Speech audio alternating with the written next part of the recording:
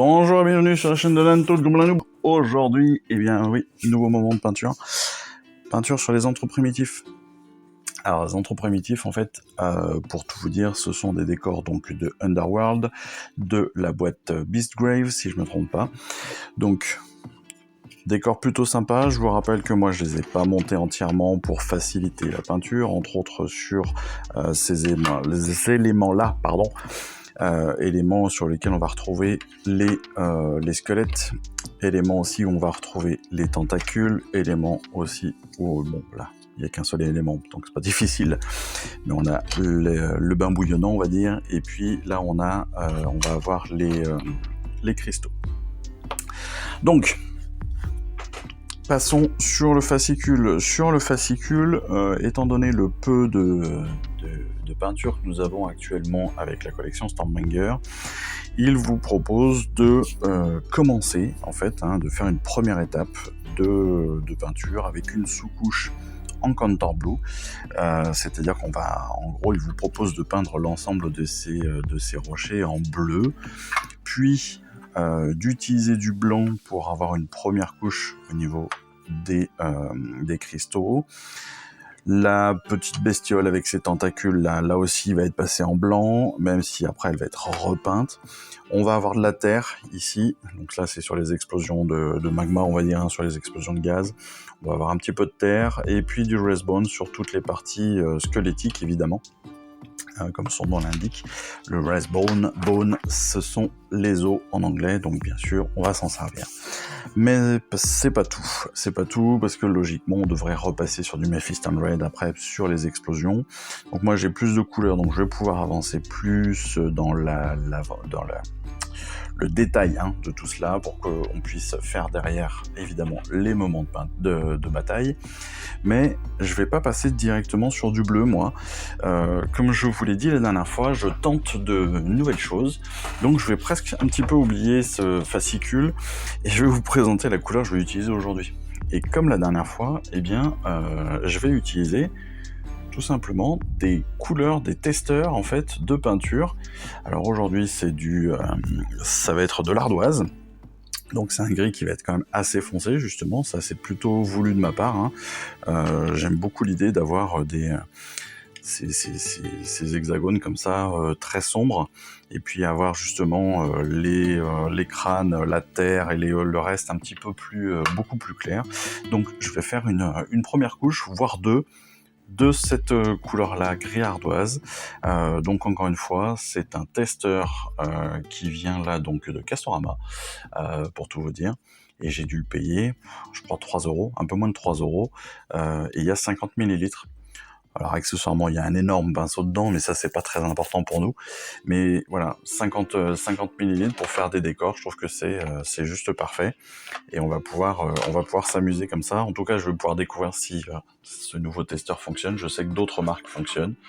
J'ai déjà fait pas mal de décors avec maintenant, dont la Moon, la lune géante des Gloom Spits, et puis d'autres, parce que j'ai fait aussi des premières bases là-dessus sur mon mausolée Sigmarite que je vous montrerai bientôt sur Instagram.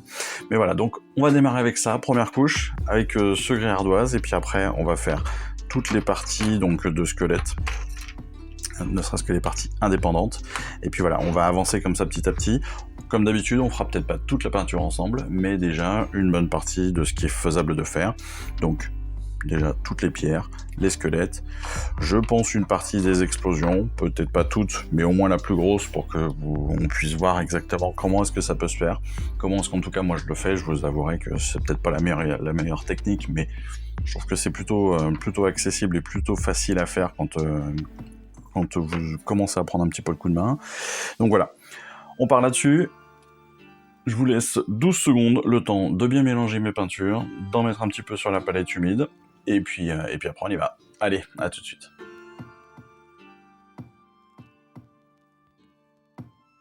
Pour la peinture donc de cette ardoise, alors pour la prise en main, on va peut-être se faciliter les choses avec des bouchons, n'est-ce pas ? Hop, un petit peu de pâte à fixe comme d'habitude. Comme d'habitude aussi, on fixe la pâte à fixe au dos de nos décors. Et très simplement, on en met beaucoup, on n'en met pas beaucoup, ça c'est vous qui voyez. Hop.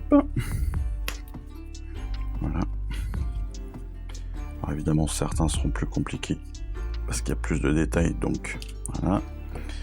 Mais tous devraient tenir assez facilement. Et puis, on va s'adapter de toute façon. Voilà. Et on a déjà 4 surbouchons. Après, vous pouvez le mettre sur tout à fait d'autres choses. Hein. Encore une fois, si vous avez ce type de poignée, ça marche aussi tout à fait. Donc n'hésitez pas. Moi, voilà, je vais en profiter. Donc, pareil, un peu de pâte à fixe. Vous voyez, j'en ai de partout. J'ai toujours une réserve de pâte à fixe quelque part. Voilà. Et puis, ce gros morceau-là, en fait, j'ai la chance, il y a un morceau qui dépasse comme ça et on va pouvoir le tenir de l'intérieur. Donc, pas de prise de tête. Allez, on va démarrer. Comme je l'ai dit, tout comme toujours, on dilue un petit peu de peinture. Alors, pas 50 tonnes. J'ai mis beaucoup de peinture sur ma palette, c'est pas très grave. Là, je suis sur un vieux pinceau aussi, donc je vous avoue que je vais y aller un peu sale. Mais bon, vous avez l'habitude maintenant. Ma première couche est toujours un petit peu étonnante, on va dire. En tout cas, première couche assez rapide. Alors là, je vais faire quand même un petit peu attention. Je vais faire attention à pas trop en mettre sur la partie justement des crânes qui va traîner. Ou là, le long où on va avoir aussi du... c'est en fait la partie intérieure du squelette. Qui se verra pas beaucoup, certes, mais qui est là, qui est présente. Donc on va faire attention de ne pas trop en mettre dessus. Parce que comme mon gris est assez foncé, encore une fois, j'ai choisi un gris ardoise qui est un petit peu plus foncé que ce qu'on pourrait avoir avec du standard grey ou des trucs comme ça. Hop. Bah, on va essayer, tant que faire se peut, de pas trop en mettre dessus. J'ai bien dit tant que faire se peut, hein, c'est pas... Voilà. Encore une fois, il n'y a pas mort d'homme. Tout est corrigeable. Mais c'est sûr que si vous avez ça au moins à penser, c'est toujours mieux. Voilà. De toute façon, il y aura très certainement 2 couches. Donc c'est pour ça aussi que je vous dis, hein, comme d'habitude, on va faire ça en plusieurs étapes. On va faire ça aussi dans et hors vidéo. Comme d'habitude. Et c'est aussi, encore une fois, parce que j'aime bien l'idée que... alors, moi, ça vous permet de voir comment je le fais. C'est pas très intéressant en soi. Même si ça aide certains. Apparemment, ça aide certains. Et donc, je vous en remercie encore. Et je vous en remercierai jamais assez. Vous le savez. J'arrête pas de vous le dire. Mais moi, ça me fait vraiment très plaisir. Hein, beaucoup de bien, j'allais dire. Même. Ça me fait très plaisir de savoir que je peux en aider certains. Mais voilà, comme je suis pas le meilleur peintre du monde, faut pas non plus me prendre un exemple parfait. Surtout que vous le voyez, hein, moi je pars pas toujours sur des peintures standards. Je tente des choses. Donc c'est pas toujours des réussites, c'est pas toujours des exemples non plus à suivre. Donc c'est pour ça.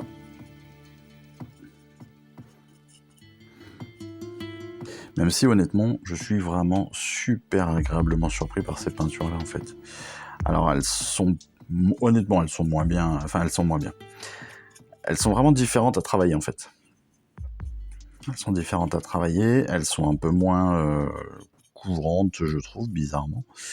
En tout cas pour le plastique. Et c'est logique, hein, elles sont pas faites pour. Mais derrière, on est quand même sur un coût qui est imbattable hein, par rapport à la Citadel, par rapport même à n'importe quelle marque. Enfin, encore une fois, 3€ les 50 ml. Bon ben voilà quoi. Par de la peinture action qui est pas terrible non plus, hein, qui couvre rien du tout, qui enfin, par rapport à d'autres marques, il y a très peu de pixels dedans, enfin de pixels. Il y a très peu de pigments plutôt. Là, on est quand même sur de la peinture qui sert à peindre les murs, hein. Donc forcément, elle a un pouvoir de couvrance qui est assez intéressant, mais qui est moins fort quand même, je trouve. Enfin, qui est différent. Encore une fois, c'est pas que c'est moins bien, c'est que c'est différent. Parce que comme elle n'est pas tout à fait adaptée à ce qu'on lui demande de faire là, forcément, on peut pas lui demander les mêmes résultats. Mais voilà. En fait, elle n'est pas tellement faite pour être diluée, par exemple. C'est tout bête. La peinture, voilà, quand vous la peignez au mur, vous la diluez pas. En tout cas aujourd'hui. Il y a quelques dizaines d'années, ça aurait pu se diluer. Aujourd'hui, on ne dilue plus de la peinture. Aujourd'hui, on la sort du pot. Et pour la gagnant, quoi. Et là, c'est un peu ça.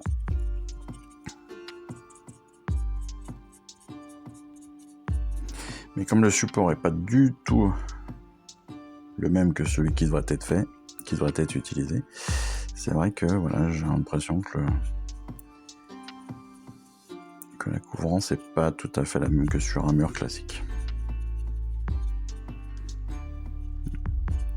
C'est assez redondant ce que je dis depuis le début, hein, mais c'est pour vraiment vous prévenir pour ceux qui veulent tester. C'est quand même tout à fait particulier. Mais ça fonctionne, et ça fonctionne bien, honnêtement.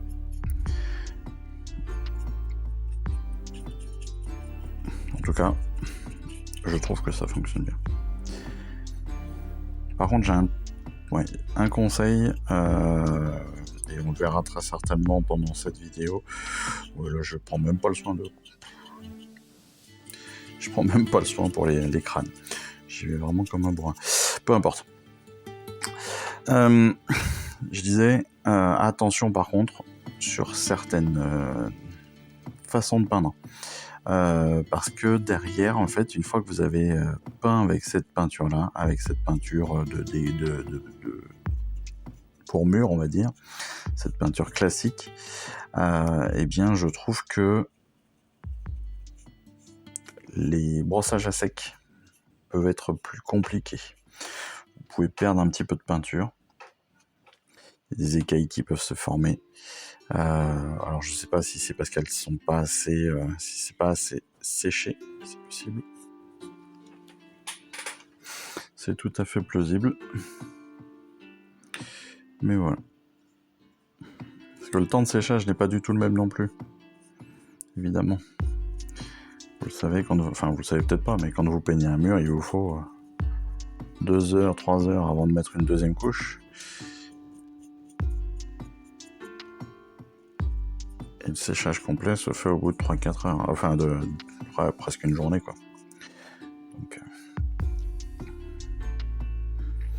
moi, j'avoue que j'utilise la propriété de séchage en 1 heure ou 2. Je passe la seconde couche quasiment directement. Et après, je continue comme ça. Mais c'est vrai que je n'attends pas les 24 heures qu'on pourrait nous préconiser sur la boîte. Si je regarde là... Si je regarde... Qu'est-ce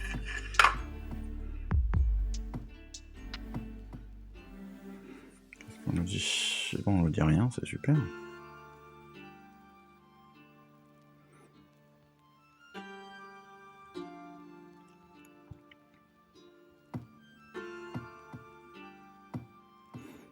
Ouais, c'est assez amusant, d'ailleurs on nous dit pas du tout.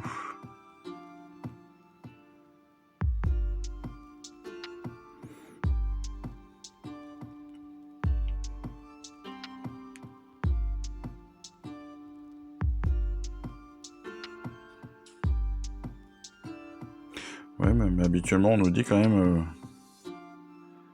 séchage au bout d'un moment. J'en prends une autre que j'ai du Hamilton. Hop, parce qu'on le dit là cette fois-ci.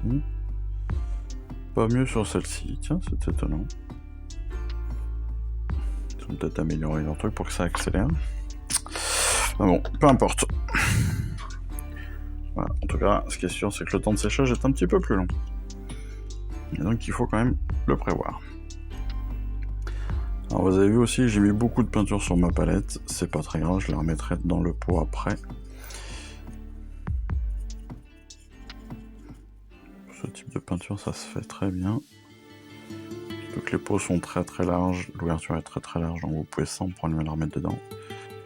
Et voilà.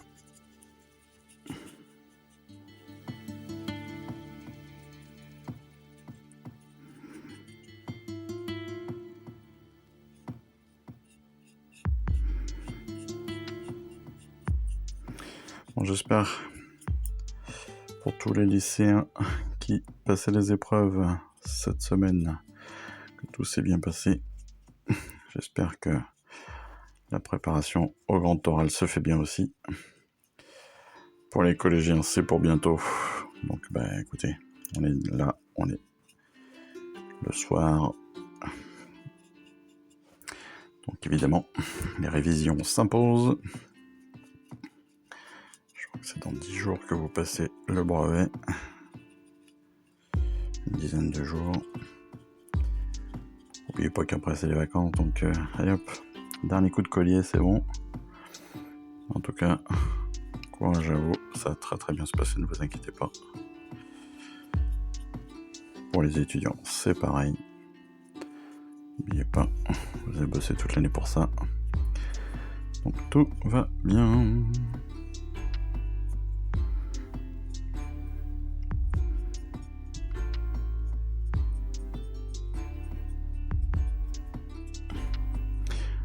Et voilà, sans prendre de soins particuliers, ça va quand même très très très très vite. Hein. Là on est sur des décors, donc les décors, vous le savez, la première couche c'est souvent ça. On y va à la truelle, on y va comme des sacs.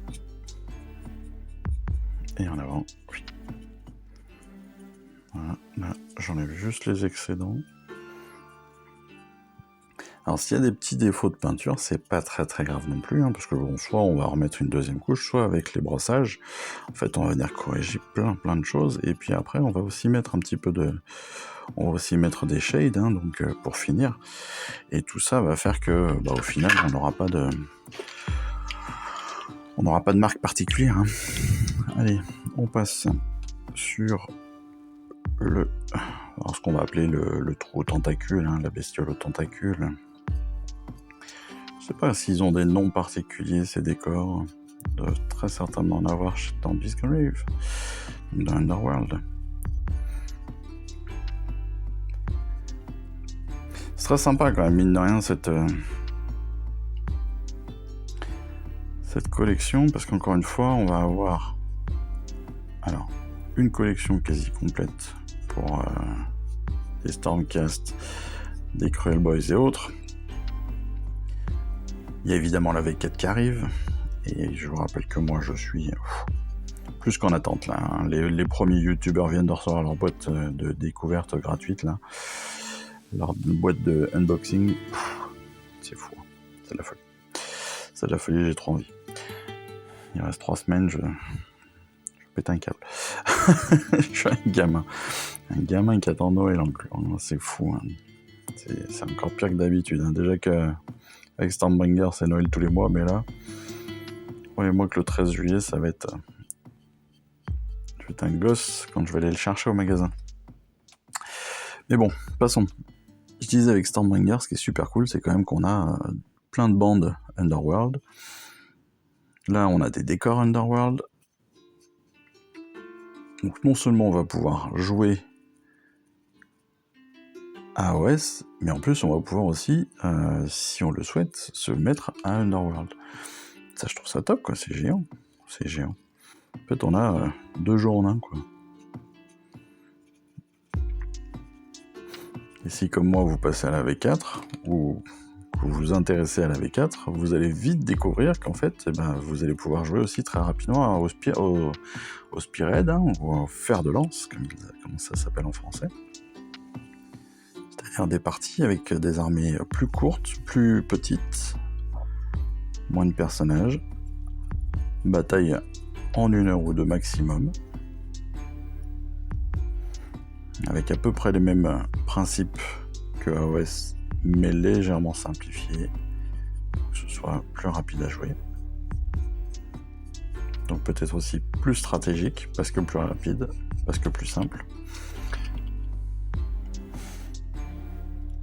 Donc très très bon délire, quoi.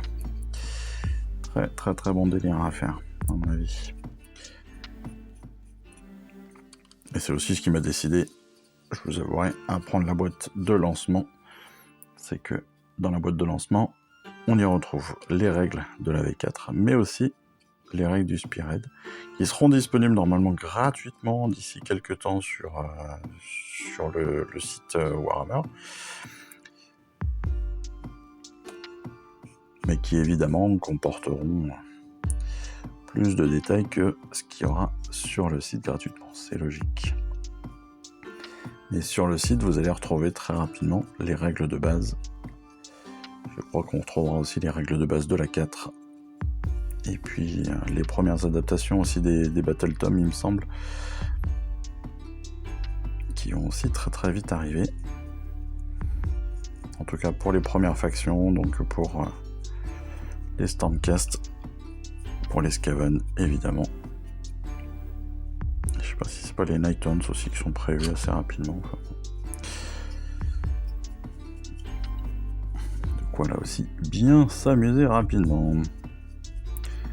J'espère que je vais pouvoir justement en profiter de cette nouvelle version et de pouvoir jouer aussi très rapidement avec des gens. C'est un peu mon but. Alors, là je suis sur les pierres je passe aux pierres donc des cristaux. Bien des cristaux. Alors là aussi toujours, hein, je suis parti toujours sur la même idée. Qui est un ensemble cohérent.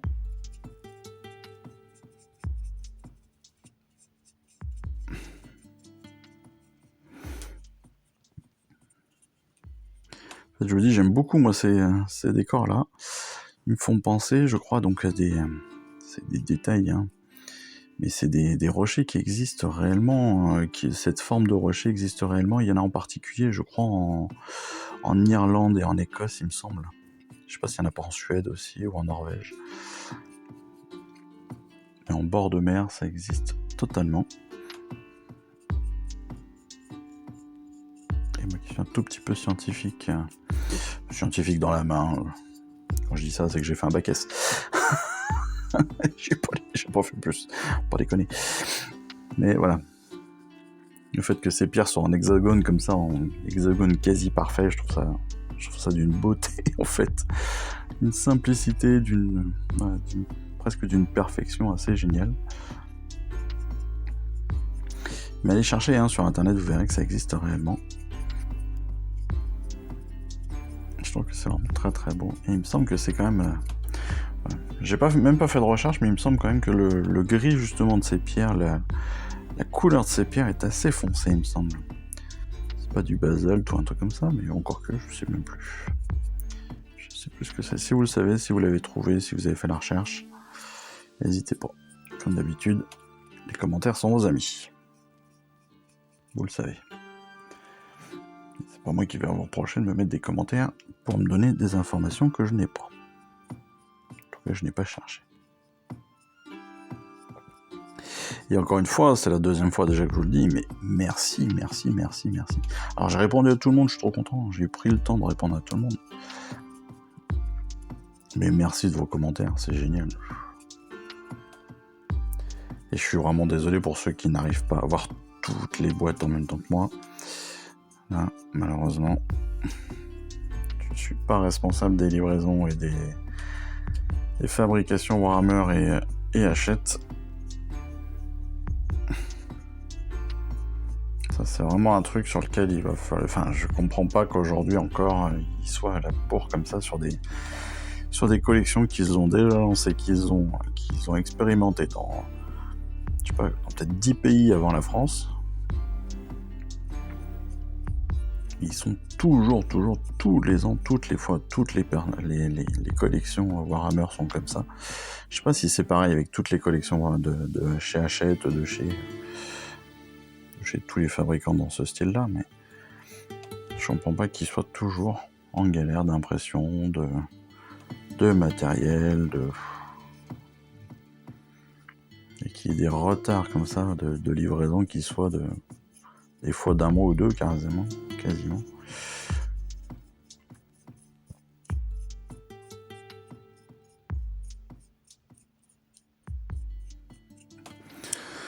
Hop.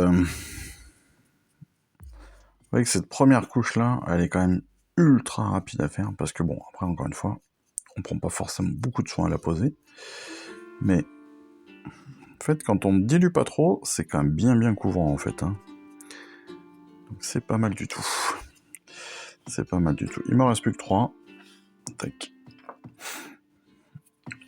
Après évidemment, il faudra la pause syndicale de séchage, même si déjà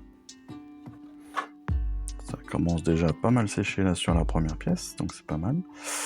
Et puis après on passera donc sur le Racerbone. Le Racerbone pour les... Alors là on va essayer, par contre, je vais essayer de faire un peu plus attention là sur les bordures de ma mare bouillonnante.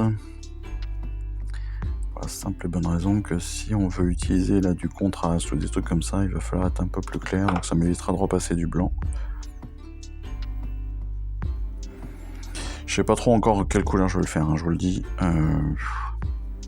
J'ai pas 50 000 contrastes, j'ai pas 50 000 couleurs qui pourraient le faire. Donc j'hésite un petit peu.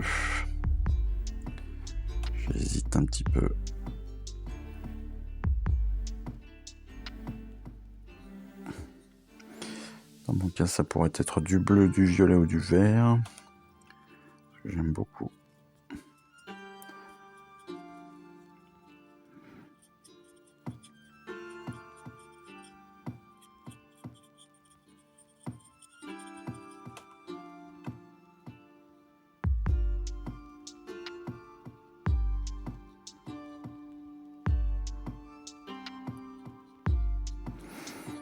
Vous voyez, pour pas trop dépasser là, je prends vraiment, hop, je prends ma figurine vraiment sur le côté, et puis je vais juste avec la pointe de mon pinceau, je vais chercher le bout du bas, hop, du bas de mon caillou, et hop, je remonte.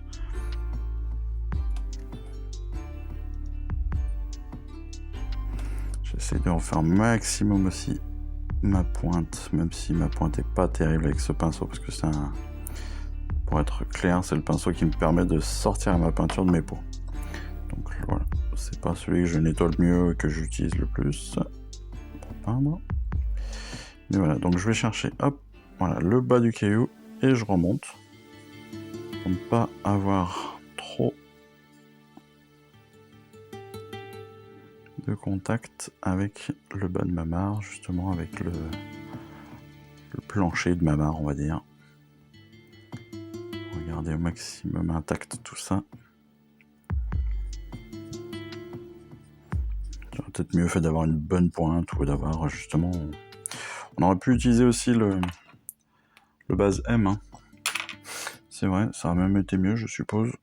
Surtout que la pointe qui est légèrement biseautée aurait pu permettre presque de faire les pierres côté par côté avec un seul trait comme ça. Ça aurait été pas mal aussi.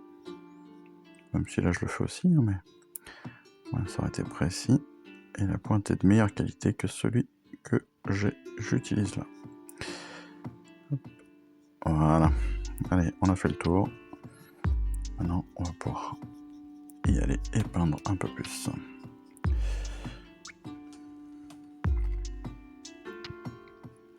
Donc toujours, voilà, si vous voulez faire attention, n'hésitez pas à vos crânes qui traînent.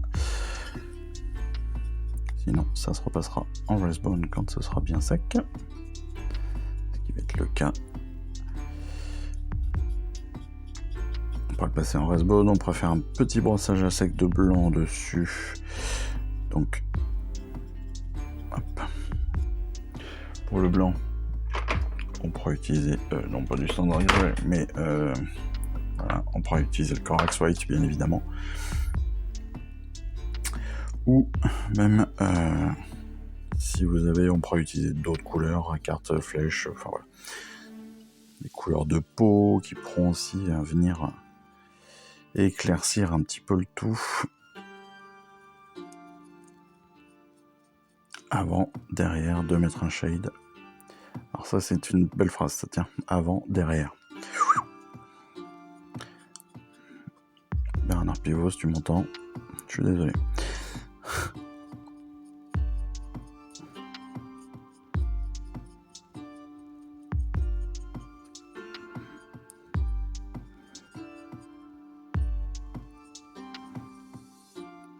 D'ailleurs, je ne sais pas si vous le savez, Bernard Pivot est mort, hein. On est d'accord, si je ne me trompe pas. Ce qui est presque amusant, c'est, il me semble qu'il est mort, hein, donc ça c'est pareil. Hein. Je vérifierai, puis voilà. Mais il me semble qu'il est mort cette année, et ce qui est horrible, c'est qu'il est mort quelques jours après seulement qu'on ait investi Aya Nakamura comme étant représentante et chanteuse officielle pour la France à la cérémonie d'ouverture des JO de Paris. Voilà. De là à y voir un lien. De là à y voir un lien, il n'y a qu'un pas. Aucune oreille. Aucun bécherel. Au choix. Suivant ce que vous préférez.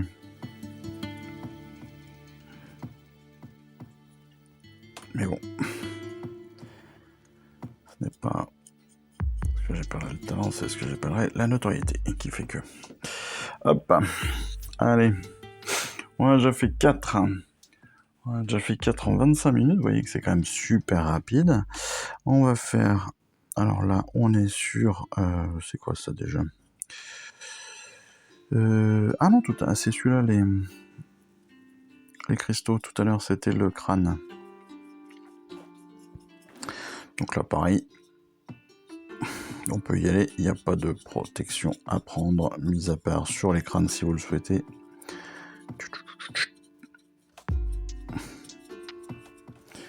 Les crânes n'étant pas transparents, vous allez pouvoir y aller très rapidement. Les cristaux n'étant pas transparents, on peut même peindre dessous. Donc vous pouvez y aller vraiment rapidement, salement, comme on aime. C'est pour se mettre en jambe, la première couche, c'est parfait. C'est clair, franchement, faut en profiter. Je vous l'ai toujours dit. Hein. Première couche, on y va. Et encore plus pour les décors, c'est d'autant plus pratique. Je suis content, ce gris il est bien sombre comme je le voulais, c'est parfait. C'est parfait. Il sera juste à rééclaircir avec un petit brossage, là, ça devrait être pas mal, je pense. Ça devrait bien donner. Je suis assez content de mon choix.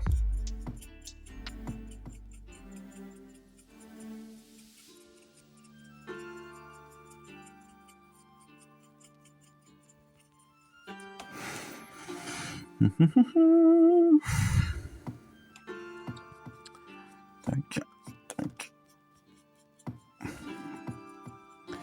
Alors le dernier élément qui sera peut-être, sur le principe le plus embêtant. Pourquoi ? Alors le dernier élément que j'ai gardé, ce sont les explosions. Non pas qu'il est difficile par rapport aux autres, c'est simplement qu'il comporte plus de petits détails parce qu'en fait il a une partie pierre et la partie terre.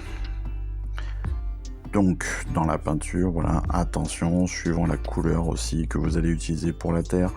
Là nous on va utiliser le Katashan flèche, hein. le Katashan flèche. Donc ça va être assez facile. Assez rapide aussi, on va pas se prendre la tête. Parce que le Katashan est quand même une couleur assez sombre aussi. Mais voilà, suivant la couleur que vous aurez choisie, si vous faites avec votre peinture ou avec celle de la collection. Voilà, en gros ce que j'ai fait là, c'est que j'ai remplacé donc encore une fois le bleu, donc le contour bleu qu'on nous donne dans la collection, par cette couleur ardoise. Voilà. Mais je n'ai en soi pas changé grand chose.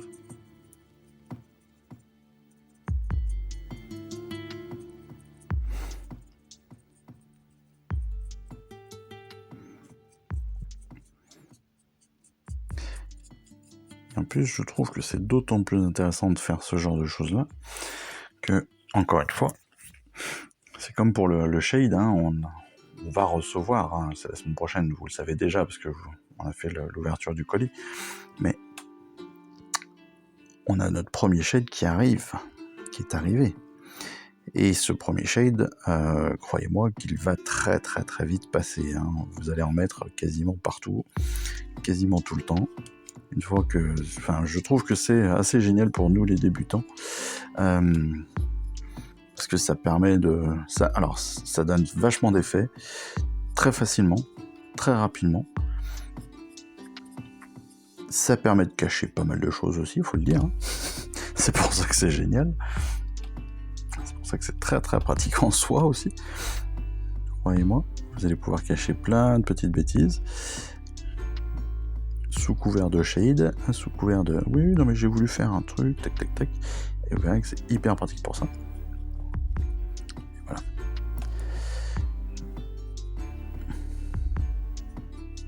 Je m'aperçois qu'au milieu de ces cailloux, mine de rien, on a donc au niveau des explosions, il va falloir déterminer quand même la couleur de ces explosions.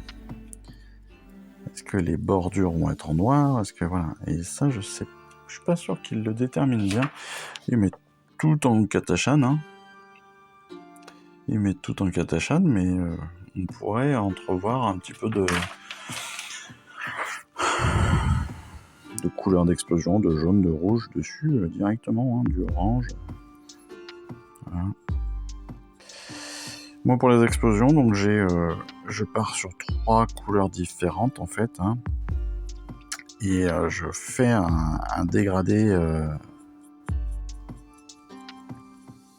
ce qu'on va appeler un dégradé dans la masse, on va dire. Je sais plus comment ça s'appelle. En fait, ce que je fais, c'est que je mets une première couleur et avant qu'elle sèche, je pars sur la seconde couleur, mais ça on le verra tout à l'heure, hein, bien évidemment. Voilà, et je pars comme ça sur sur ma succession, en remontant petit à petit le long donc de ma figurine pour qu'on ait un petit dégradé qui se fasse petit à petit en fait. Alors c'est la technique, hein, normalement, si je me trompe pas, c'est comme ça. C'est une des techniques en tout cas. Voilà, je la maîtrise pas totalement, mais je trouve que ça fait un truc assez clair, assez propre. Vous verrez, on fera ça tout à l'heure. Hop. Voilà. Dernière pierre.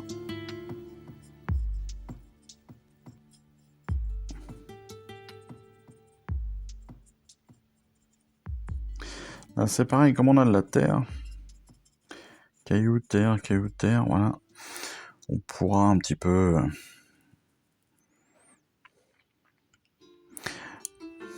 Alors, pas mélanger les couleurs, mais voilà. Disons que vous allez voir qu'on va pouvoir retrouver des éléments qui vont être un petit peu mélangés. C'est pour ça que là, je vais mettre un petit peu de gris quand même dans le fond de mes pierres, dans le fond des trous, dans le fond des explosions.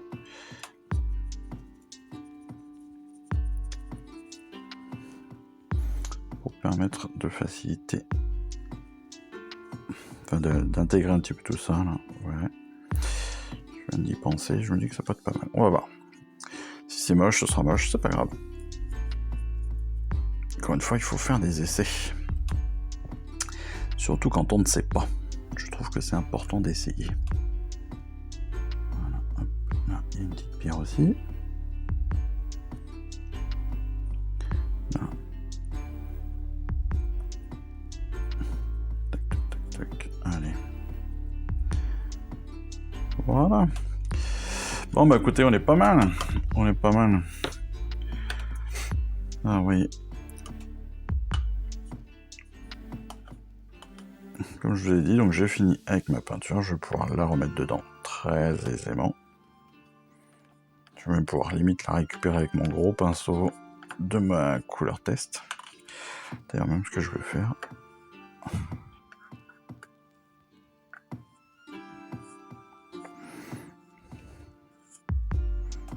C'est après tout. reste 50 ml, ça ne se cache pas. Alors pourquoi j'en avais autant, en fait, c'est tout simplement que c'est ce qui était sur le pinceau, en fait. Et plutôt que d'attendre que ça se vide gentiment dans le pot. Après l'avoir bien mélangé, j'ai vidé directement sur ma palette, ce qui était sur mon pinceau.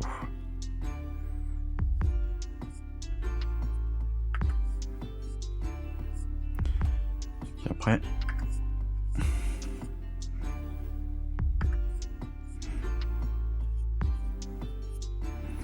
et voilà.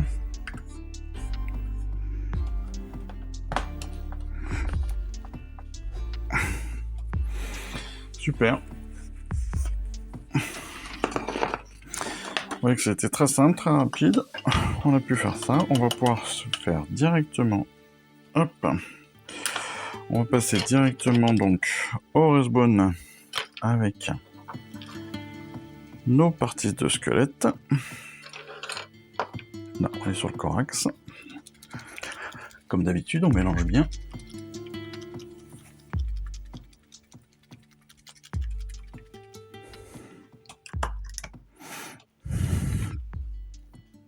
Alors Resbone, faites attention, moi je trouve qu'il a des grumeaux. Enfin, je sais pas si c'est pareil avec tous, mais moi le mien il a des grumeaux, c'est assez bizarre. Donc j'ai mis des billes de mélange. Elle est un petit peu moins grasse aux billes, mais depuis le début j'ai toujours un petit peu de grumeaux qui restent comme ça dans le capuchon. Donc à chaque fois je suis obligé de l'enlever, de nettoyer, de réagiter et d'espérer que ça aille mieux. Ce qui est assez bizarre, c'est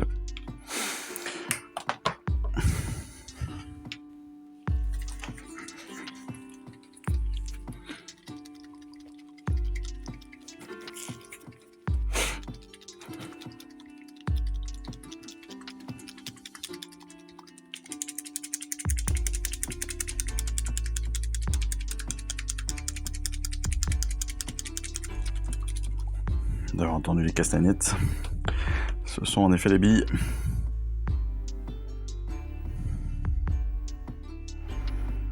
Hop. D'ailleurs, j'en ai sorti une. Ouais, non, si.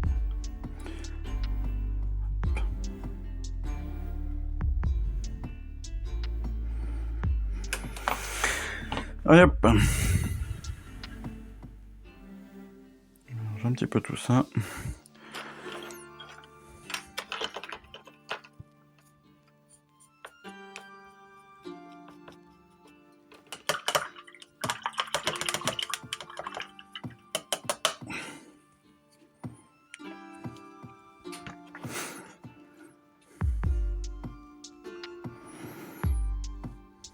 Allez, alors, pour ces os-là, vous voyez que je tiens le bout de la corne, parce que je sais que le bout de la corne sera très certainement sur une autre couleur. Donc, ce que je pourrais faire aussi en dégradé en dégradé humide, on va dire, ou dégradé, enfin, je sais pas comment ça s'appelle d'ailleurs. C'est une technique particulière, je sais plus comment elle s'appelle.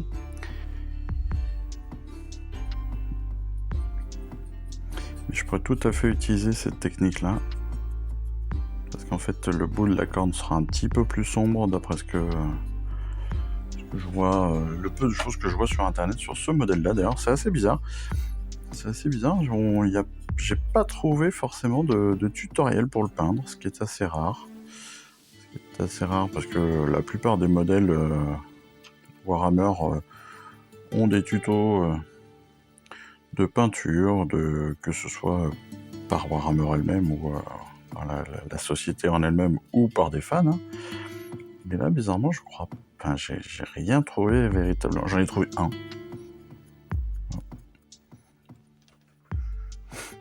J'ai trouvé une vidéo d'un Français. Mais honnêtement, ça m'a pas plus que ça, donc je l'ai pas retenu. Si je me trompe pas, vous pourrez le trouver très facilement. Je crois que c'est le chaton quelque chose. Je sais plus exactement le nom de la chaîne, j'avoue. J'ai pas retenu. Mon excuse auprès de lui. c'est pas bien ce qu'il a fait, hein, clairement, parce que c'est même plutôt très beau, mais voilà, ça correspondait pas à ce que je souhaite faire moi, donc voilà. C'est pour ça que je vais pas plus regarder que ça, je vous avoue. J'ai plus trouvé des modèles, des images, mais pas forcément, voilà, pas forcément de tuto de peinture, bizarrement.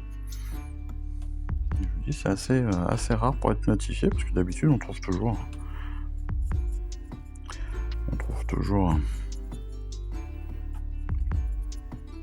Enfin bon. Allez, vous voyez, donc là, on est sur la couleur os. Couleur os, on se prend pas. Voilà, tout est en couleur os. Même les... On peut faire les dents aussi, hein. On est sur des fossiles, on est voilà, sur des... sur du squelette qui pourrit à l'ombre. Enfin, qui pourrit au soleil, plutôt.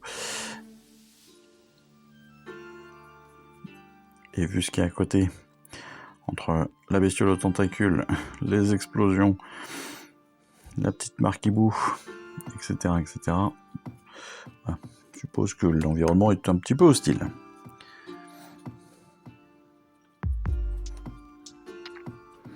Mais vous voyez, là pour l'instant, je suis sur une couche très très basique.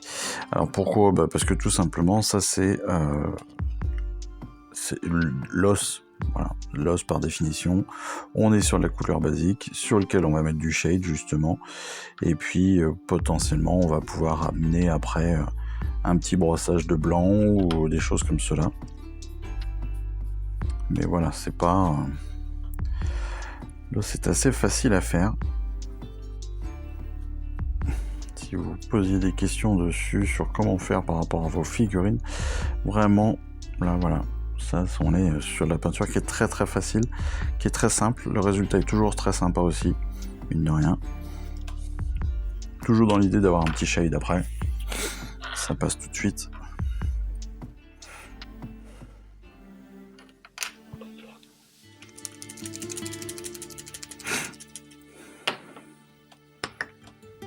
Si j'avais attendu jusqu'au bout, je pourrais faire directement aussi tous mes squelettes. Donc là, bien évidemment, il y aura un temps d'attente entre, histoire que le gris soit bien sec, que ça ne se mélange pas. C'est pour ça, vous le savez, que ces moments de peinture se font souvent en plusieurs fois. Voilà. Donc, on va passer aller sur le crâne, comme ça. On aura fait les deux plus gros. Alors le crâne, c'est pareil, hein, c'est comme l'autre. On va pouvoir tout faire. Les dents aussi. Voilà. Les crocs. Parce que là, c'est même plus des dents, hein, ça devient des crocs à ce niveau-là. Quand on est sur des dents qui ressortent de la bouche, hein, on peut considérer que c'est plus trop des dents.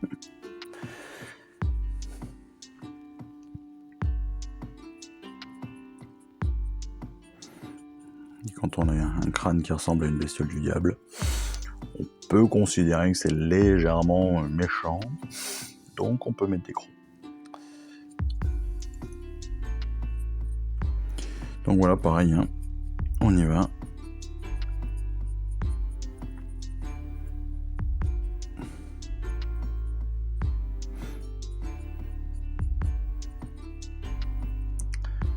Hop.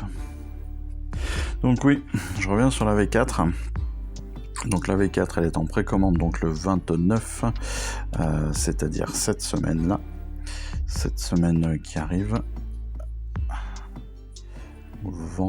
Samedi prochain. Samedi prochain 29. Donc pour ceux qui sont intéressés, n'hésitez pas à y aller. Je ne sais pas s'il y en aura pour tout le monde, donc n'hésitez pas.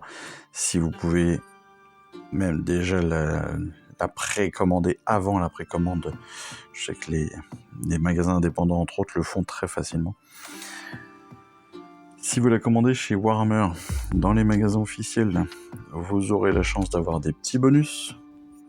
Alors, petits bonus, c'est-à-dire des pièces, des choses comme ça, des cartes, des cartons collector pour des classeurs collector pour les pièces. Je crois qu'il y aura 6 pièces exclusives collector, enfin voilà, qui le jour de la livraison pourront être échangées contre non plus 6 pièces, je crois que c'est 6 pièces à la base, et je crois que vous allez pouvoir les échanger le jour de la livraison contre des tokens. Enfin, c'est même pas des tokens, c'est des insignes en fait, hein, qui sont à l'effigie des Skaven ou des Stormcast si je me trompe pas.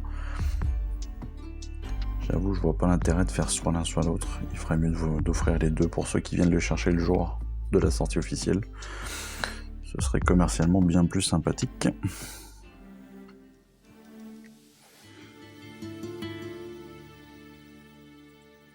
Je crois que si vous les achetez chez votre revendeur, en tout cas, c'est ce que j'ai cru comprendre, mais mon revendeur n'avait pas l'information exacte. Mais je crois que si vous le récupérez chez votre revendeur, vous aurez, il me semble, un carnet de notes pour vos stratégies, pour vos journaux de bataille, ce qui est toujours sympa aussi.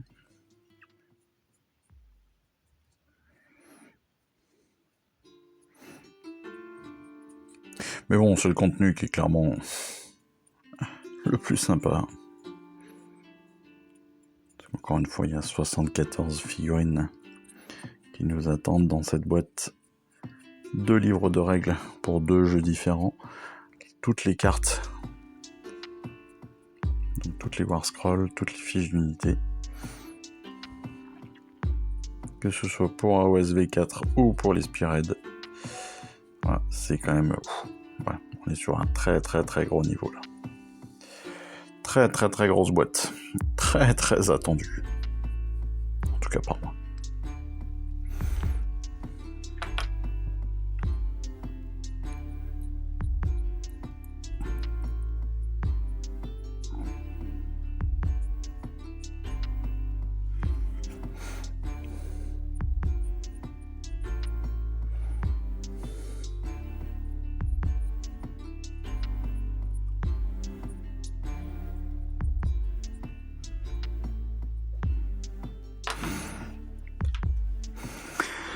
Hop, ça avance vite, ça avance vite.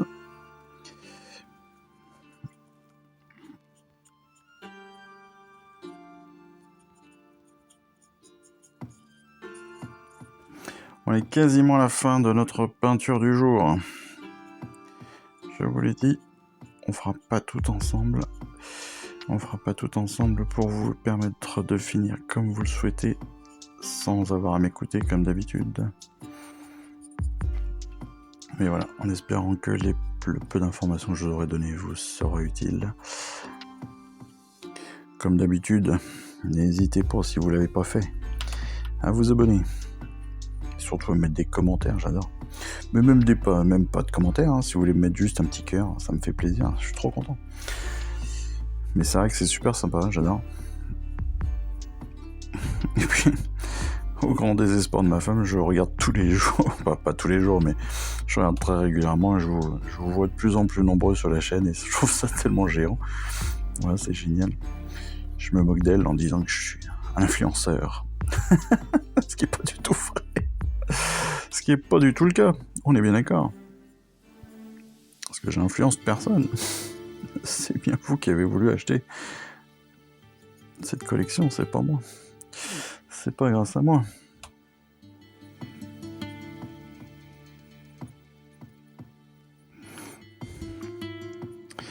Mais ouais, continuez vraiment, tous ces messages positifs là, c'est tellement, honnêtement, c'est super agréable. Je vois même certains qui se répondent, voilà, d'un commentaire à un autre. Je trouve ça aussi je trouve que c'est top. C'est vraiment l'idée que j'ai, que je me fais moi des réseaux, c'est de pouvoir s'aider, s'entraider. C'est hyper important. Je trouve qu'on en a bien besoin. Donc n'hésitez pas à continuer, donc voilà. Donc les phrases de youtubeur, abonnez-vous, voilà, continuez, ça c'est top. Et surtout continuez à vous amuser, continuez à vous faire plaisir, à vous parler, continuez à vous poser des questions, vous répondre, si je peux je réponds aussi bien sûr. Si vous avez des réponses avant moi, n'hésitez pas à les mettre. Mais voilà, c'est tout l'intérêt de la chose. entre autres sur toutes les vidéos bataille.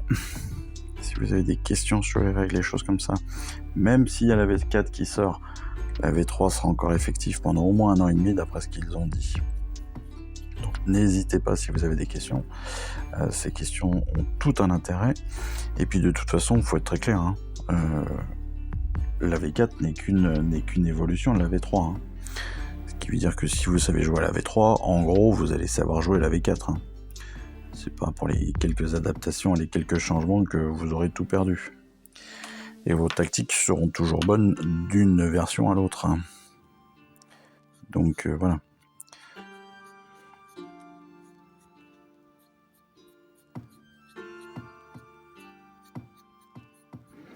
C'est pour ça qu'il faut vraiment profiter. Et pour répondre donc à ceux qui me l'ont demandé, oui, j'essaierai, promis, de faire des vidéos ou une espèce de podcast, ou je ne sais pas encore. Peut-être les deux même. J'aime bien l'idée aussi du podcast, ça m'amuse. Ça vient des vieux rêves d'animateur radio. Mais oui, il y aura certainement donc des vidéos, des petites choses pour la V4. Dès la sortie de la V4, j'essaierai de vous proposer donc de vous expliquer petit à petit, pas à pas aussi, les règles. Pour qu'on avance là aussi ensemble et qu'on comprenne ça tous ensemble. Parce qu'il y a des petites adaptations, hein, je les ai déjà vues. Des tours de jeu qui sont légèrement différents. Vous le verrez. D'ailleurs, il y a déjà des vidéos qui tournent, hein, si vous le souhaitez. Je ne vais pas vous imposer de m'écouter moi. Mais il y a déjà des vidéos. Je crois qu'il y a Guy TV qui en a fait une. Enfin, je suis pas sur Guy TV, mais il y a.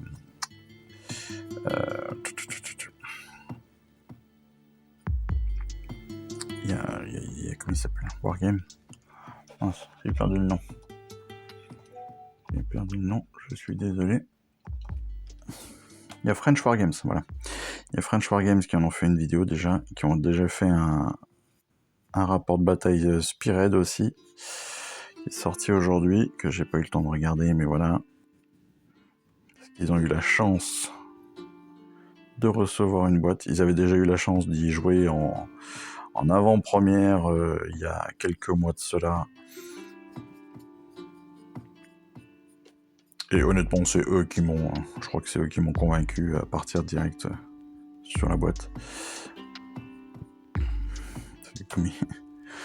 Comme il en parlait, ça donnait tout de suite envie. Hein. Franchement.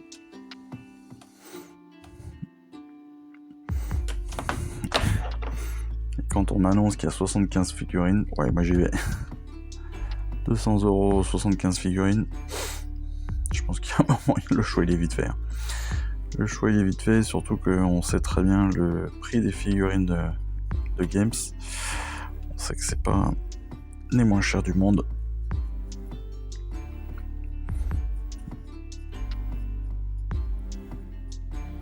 C'est pour ça que pour ceux qui le veulent, ceux qui le peuvent, ou ceux qui en ont envie surtout. Alors pas forcément, alors je vous conseille pas de les revendre, c'est saoulant ça. Les personnes qui achètent pour revendre beaucoup plus cher, ça m'énerve. Mais cette boîte, elle est tellement bien, elle est tellement complète, elle est tellement énorme, elle fait 4 kilos et quelques. J'ai vu ça aujourd'hui. J'ai vu ça sur la vidéo d'Iggy TV. 4 kilos. La boîte de lancement. C'est énorme. Donc il y a 74 personnages, des décors, les 2 bouquins de règles, les War Scrolls. Là on est quand même sur, à mon avis, même si ça fait pas très longtemps que je me mets dans le jeu, vous le savez, hein. J'ai vraiment commencé à m'y intéresser là avec Stormbringer, mais depuis quelques temps auparavant, mais voilà. J'ai vraiment recommencé avec Stormbringer. Mais je crois pas qu'ils aient fait une boîte de lancement aussi énorme de toute l'histoire de Warhammer, franchement. En tout cas, j'en ai pas le souvenir, que ce soit pour 40K, que ce soit pour quoi que ce soit. Même la dernière de 44 de Léviathan, je crois que c'est celle-ci, dont tout le monde parle comme étant une référence. Je crois que même celle-ci, elle n'est pas aussi énorme. Hein. Et encore une fois, parce qu'il y a tellement de choses dedans. Enfin, à aucun moment on a vu deux jeux Warhammer dans une seule et même boîte déjà. Donc juste ça, c'est magique. 74 personnages, quoi. 74 personnages. Dont des exclusifs pour la boîte de lancement qui coûteront derrière une centaine d'euros. Hein. Il suffit de voir Dominion pour la V3, quand maintenant vous achetez Indrasta et sa garde, avec les 3 annihilateurs et puis son porte-étendard, hein, c'est 100 balles, 110 balles. Si je me trompe pas, donc ça vaut le coup de foutre des fois, de mettre 200 balles dans une boîte et puis voilà.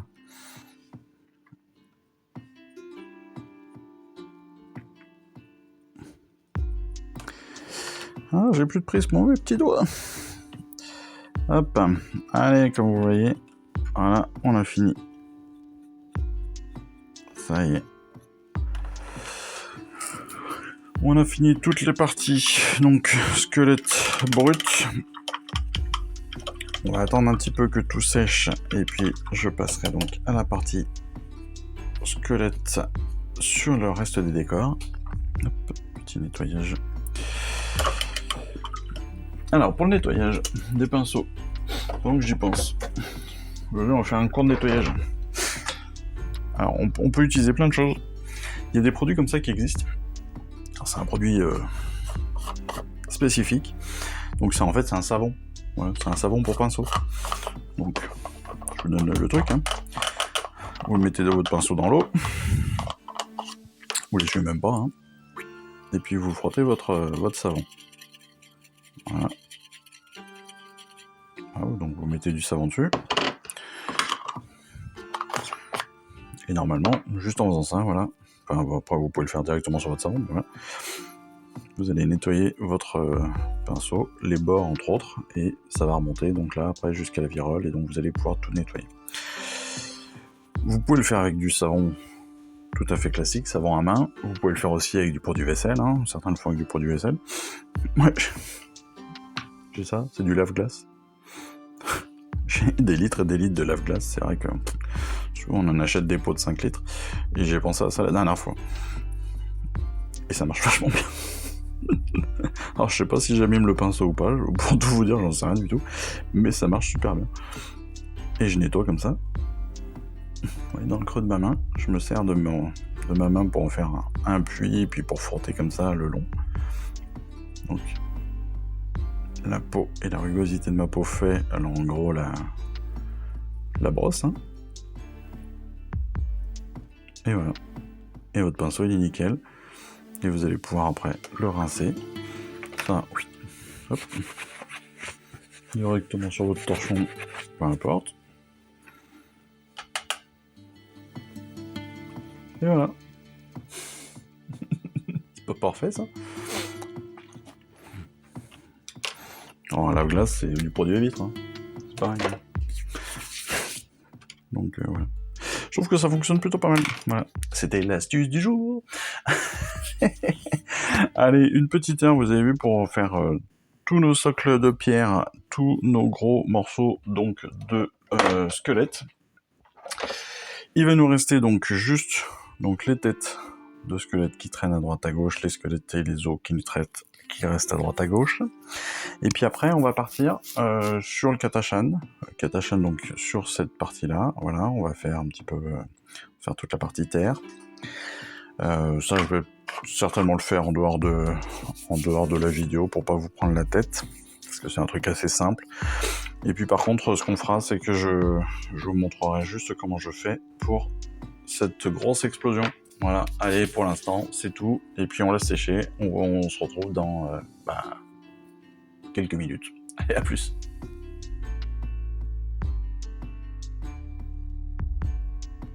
Et comme convenu, on se retrouve. Allez, pour la dernière partie d'aujourd'hui, la dernière peinture que l'on va faire, vous pouvez le voir aussi, j'ai pas mal avancé sur le reste, hein, sur les que ce soit sur tout ce qui est squelette, que ce soit sur la préparation donc de mes bases, hein, avec la partie pierre, la partie os. Voilà, j'ai un petit peu mis de shade un petit peu de partout pour déjà ombrer les choses, commencer à préparer mon résultat final. Je suis assez content, mine de rien, de mes squelettes. Il y a juste cette partie noire là, qu'il va falloir que j'atténue un petit peu, mais ça c'est pas un souci, ça va être très rapide avec un marron assez clair que j'ai. Je vais pouvoir faire ça hop, d'un coup de brossage à sec. Alors, comme convenu, je reviens sur les flammes. Alors pour les flammes, il faut savoir déjà, il faut avoir un minimum de connaissances physiques. Alors, rappel des cours de 5e, la flamme, qu'est-ce que c'est ? Eh bien, pour une flamme, il faut un combustible, un combustant, bref, c'est possible, ça doit être ça. On s'en fout. En l'occurrence, une flamme, voilà. Il faut bien comprendre qu'elle a différentes couleurs. Ces différentes couleurs, elles ne sont pas anodines et elles sont toutes dans un certain ordre. Et c'est ça qui est bien le plus important aujourd'hui dans l'exercice du jour. C'est dans quel sens vont les couleurs des flammes. Et ça, c'est important parce que si vous vous plantez, ça fera tout simplement moins risque. Alors, il n'y a pas de souci, c'est pas très grave non plus, hein, je pense que personne ne vous fera la remarque. Mais voilà, c'est toujours sympa d'avoir les choses dans le bon sens. En l'occurrence, une flamme, comment c'est fait ? Eh bien, ça va du plus chaud au plus froid, en fait, hein, tout simplement. Le plus chaud étant le début de la flamme, le plus froid étant, évidemment, le haut de la flamme. Voilà. Et en fait, ce qu'on s'aperçoit, c'est que ça va du bleu au jaune au rouge. Voilà. De façon assez presque illogique, on pourrait dire même. De façon presque illogique. Le plus chaud, c'est bien le dernier élément de la flamme. Et ce dernier élément de la flamme, c'est donc la couleur rouge. Alors c'est contre-intuitif pour nous, évidemment, parce que nous on imagine que le rouge c'est le plus chaud, mais en fait c'est bien comme ça que ça se passe. Alors je vais vous donner un exemple de ce à quoi ça va pouvoir ressembler avec ce flambeau. Voilà, ça c'est un autre décor que j'ai réalisé pour AOS. Et donc en fait, comment ça se présente ? On va avoir, alors potentiellement, si on a des braises en dessous, on va avoir un petit peu de rouge parce que les braises vont être représentées jaune-rouge, voilà, avec le noir autour. Mais c'est surtout, on est sur une base de jaune. Après, on va avoir un petit peu d'orange, un petit peu de rouge, et puis après, ça va finir sur un brossage de noir, en fait, tout simplement. C'est la suie qui va ressortir. Là, sur nos flammes, on va faire exactement ça.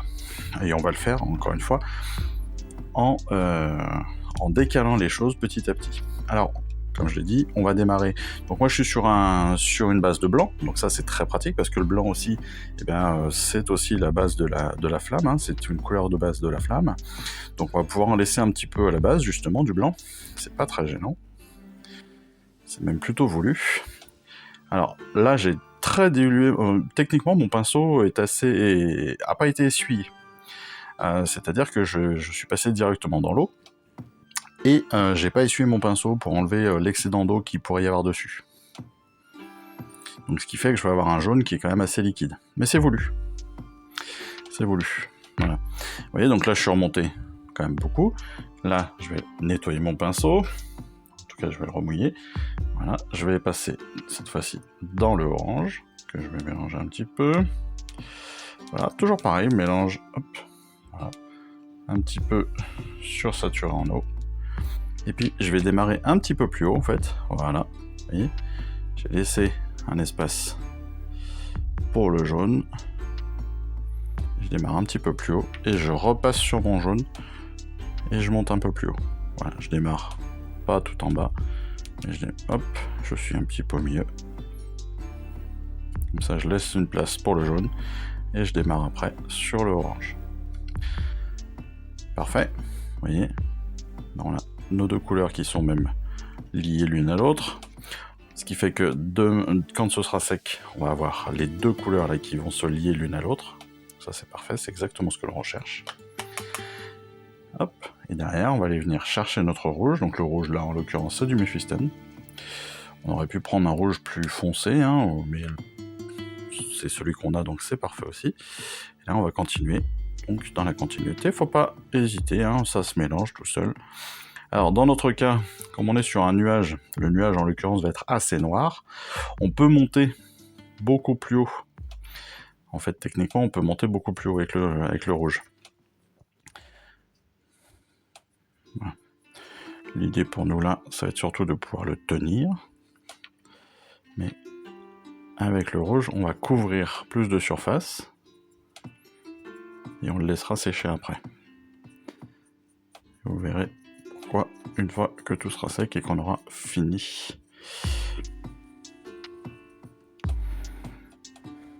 Donc là, je couvre bien, vous voyez. Je reviens Je reviens bien jusqu'en bas. Voilà. Pour encore une fois couvrir aussi un petit peu le orange. Je redescends pas jusqu'au jaune, j'en ai pas besoin. L'idée c'est vraiment de lier le rouge au orange. Et puis sur le haut, d'être simplement sur du rouge. Voilà. Et vous voyez que je suis monté très très haut sur le rouge. Alors j'en ai pas besoin, hein, parce que là en fait les éléments qui devraient ressortir en rouge, en fait ils s'arrêtent ici, ils s'arrêtent là, enfin voilà. Mais vous voyez que déjà l'effet, on a déjà cet effet de flamme qui ressort là, qui est déjà pas mal.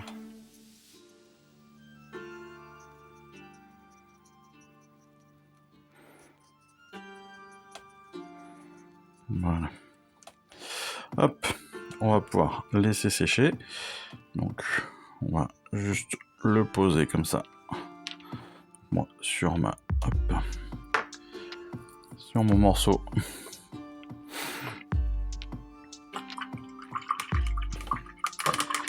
C'est un morceau d'éponge plate.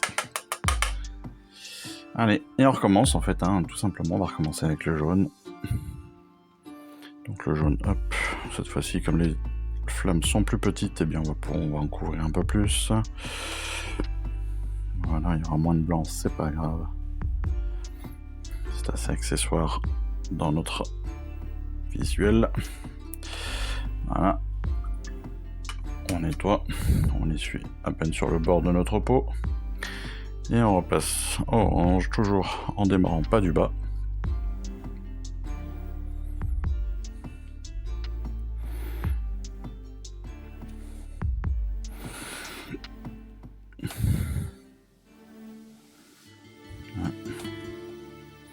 Et on recommence avec notre rouge que l'on va venir couvrir beaucoup plus de surface et qui va finir évidemment en se mélangeant un petit peu avec le orange. Voilà.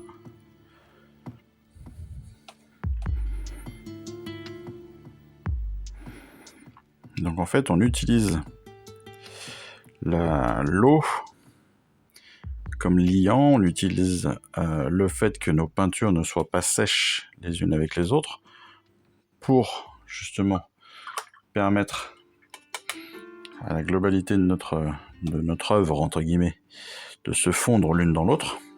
On peut même revenir après, hein, si on le souhaite, mais ça peut être problématique parce que comme le rouge est plus couvrant, voilà, on va faire un truc un petit peu caca, donc je vous le conseille pas. Voilà. Je l'ai fait comme d'habitude pour montrer, c'est pas forcément ce qu'il y a à faire. Voilà. Il vaut mieux partir du bas, mettre un petit peu trop et corriger après avec la dernière couleur, c'est redescendre. Vous voyez, on le reprend, on redémarre sur le jaune. Il vaut mieux démarrer, mettre trop de couleurs de base.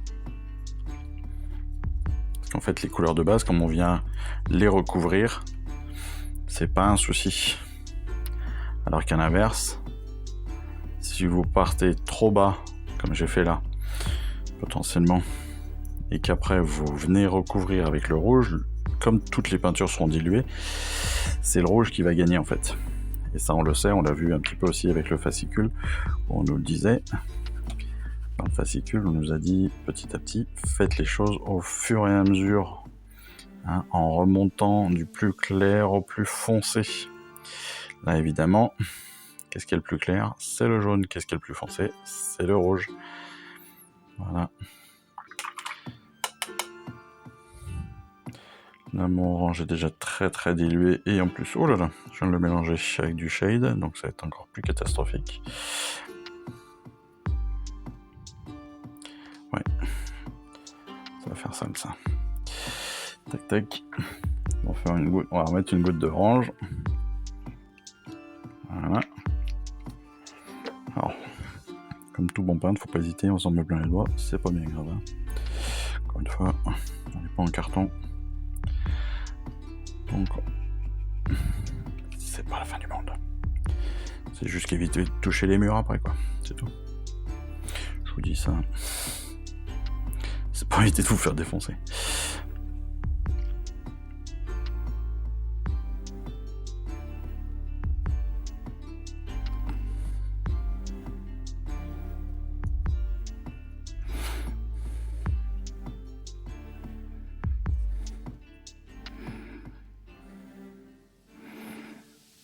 Voilà. Donc vous avez vu, là je suis remonté très très haut, peut-être trop haut d'ailleurs, hein, en particulier avec le jaune, ce qui fait que mon orange attache un peu moins, ce qui fait que derrière le rouge va être aussi plus compliqué à mettre parce qu'il va beaucoup se diluer vu qu'il est déjà très liquide en plus. Voilà, donc là, vraiment, j'hésite plus, je mets les mains dedans pour le tenir. C'est pas très grave, encore une fois. Et vous voyez qu'il n'y a pas forcément non plus besoin d'être très précis parce que c'est une flamme. Hein. Enfin, c'est une flamme, en l'occurrence, c'est un résultat d'explosion. Donc voilà. Et puis surtout, vous allez voir que c'est pas ça le plus important dans notre visuel. Hop.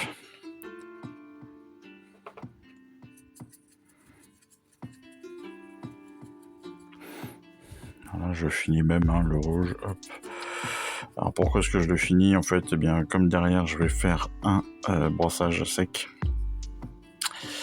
C'est pour couvrir un maximum de surface si mon brossage n'est pas assez suffisant, pour pas qu'il y ait trop de traces, pas qu'il y ait trop de noir qui ressortent ou de choses comme ça.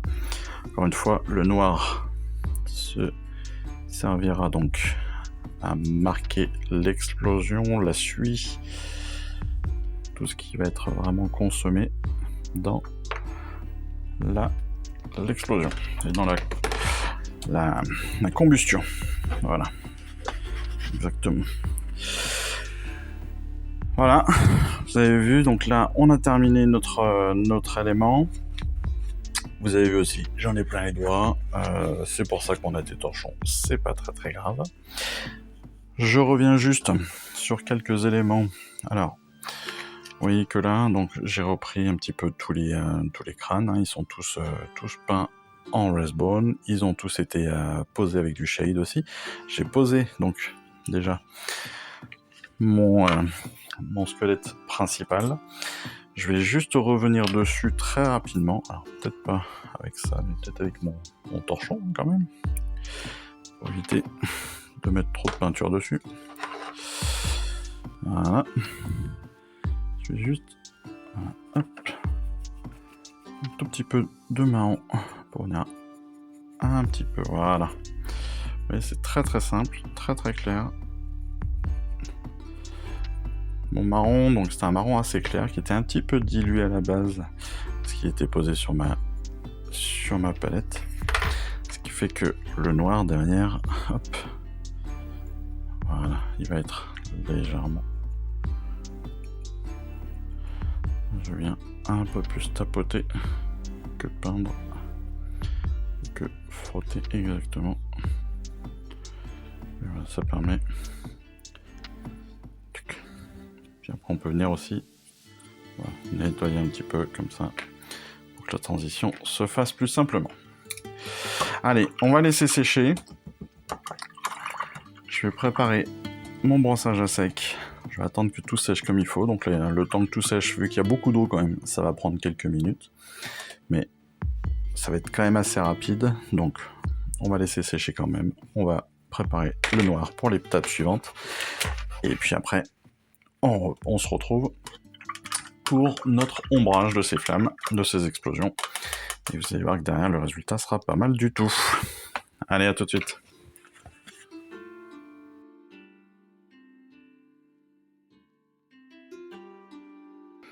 Allez, on se retrouve pour notre dernière partie d'aujourd'hui. C'est ce que je vous disais, donc on va être sur... je vais retrouver mes mots.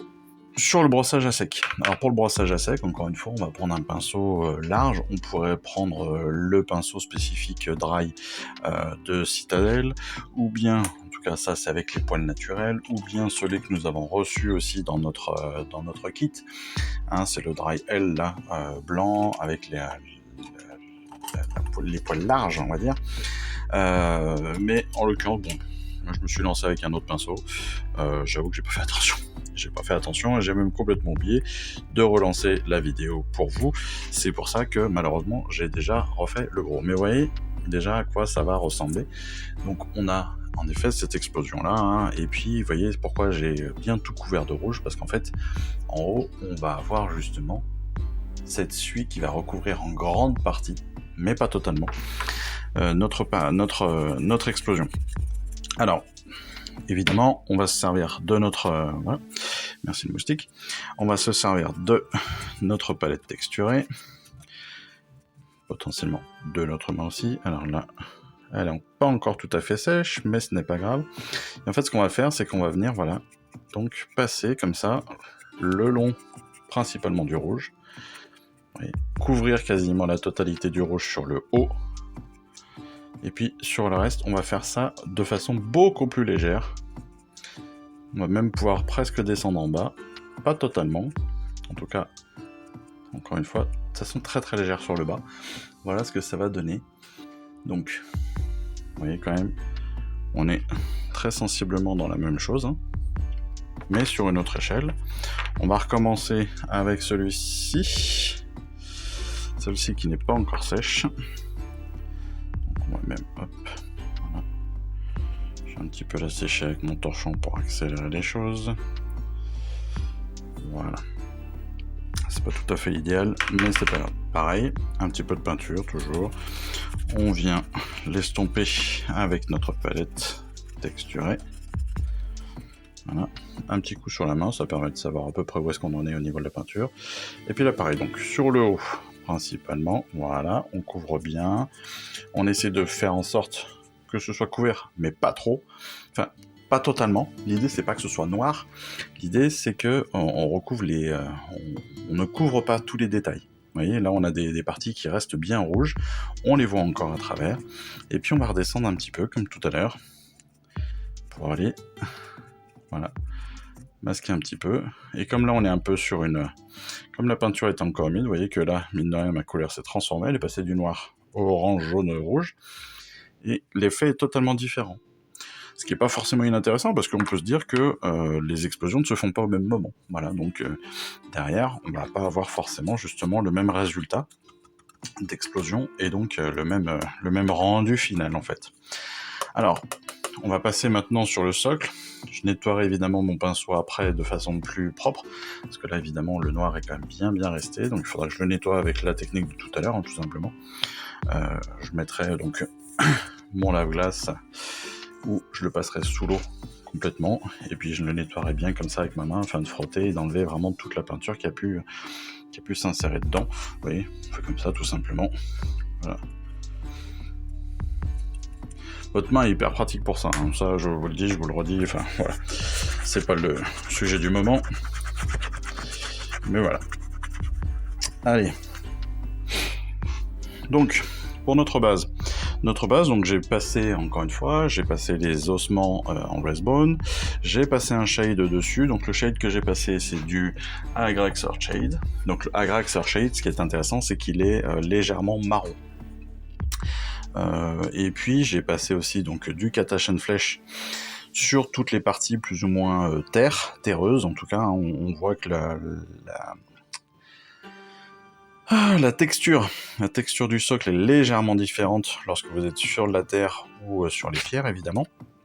Et donc maintenant, on va avoir juste à peindre, à coller les éléments. Vous voyez que le fond, je l'ai mis en rouge. Donc j'ai mis un mélange en fait là sur les bords. Il y a un petit peu de gris, il y a un peu de marron, il y a un peu de rouge. L'idée, c'est que justement, ça reflète cette idée d'explosion, de magma un petit peu qui remonte. Et comme ça, on va pouvoir... ça rend les choses plus véritables. On repère bien aussi, bien évidemment, on repère quels éléments vont être à quelle place. Ici, donc, j'ai dit qu'il y a peu de temps,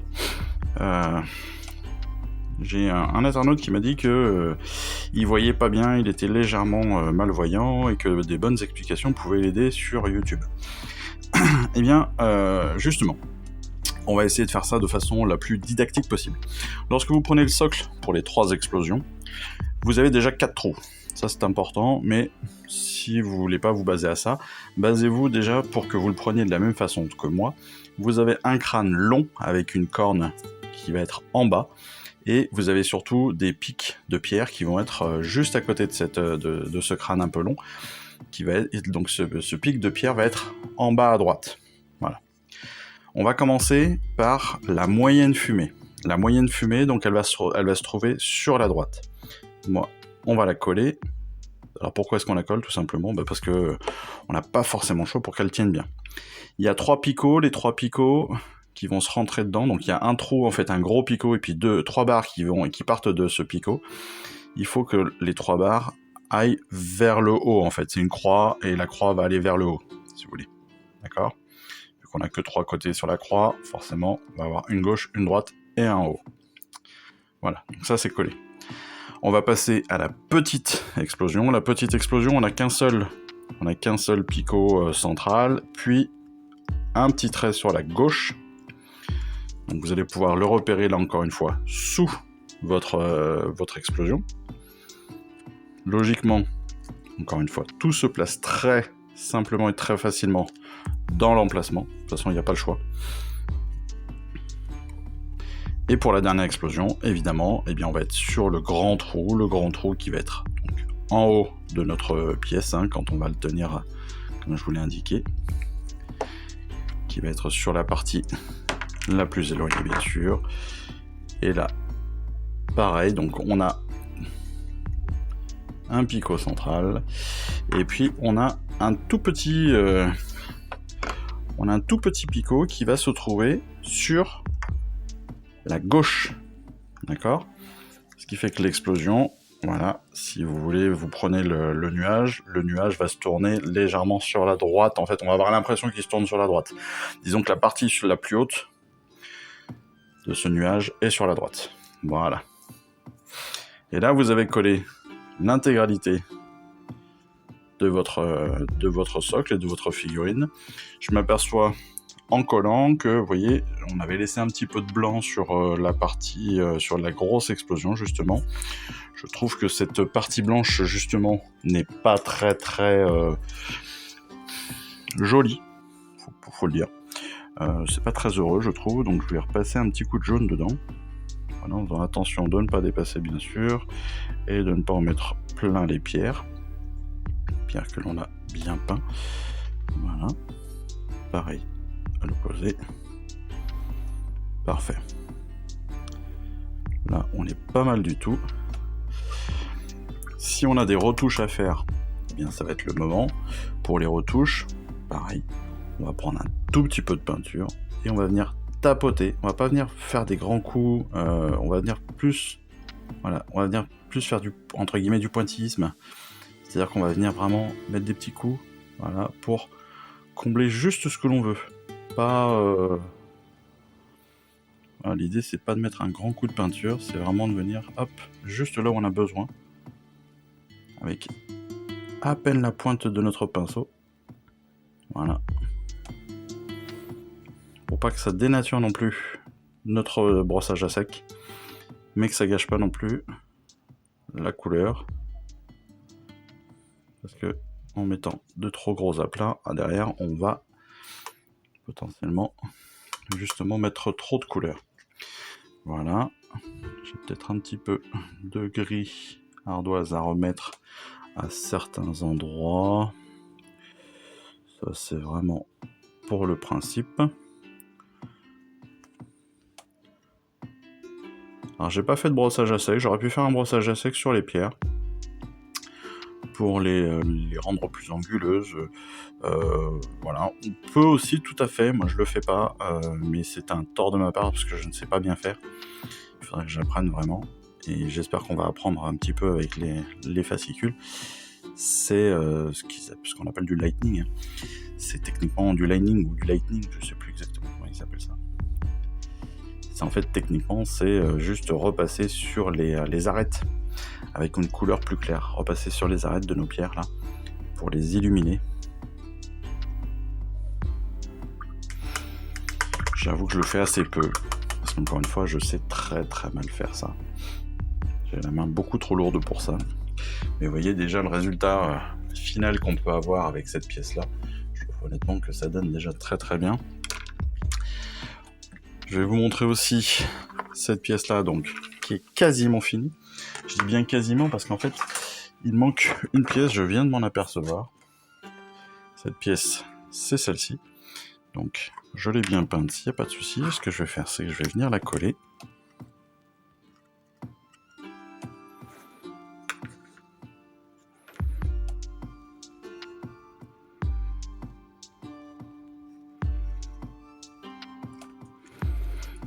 Voilà, comme ça.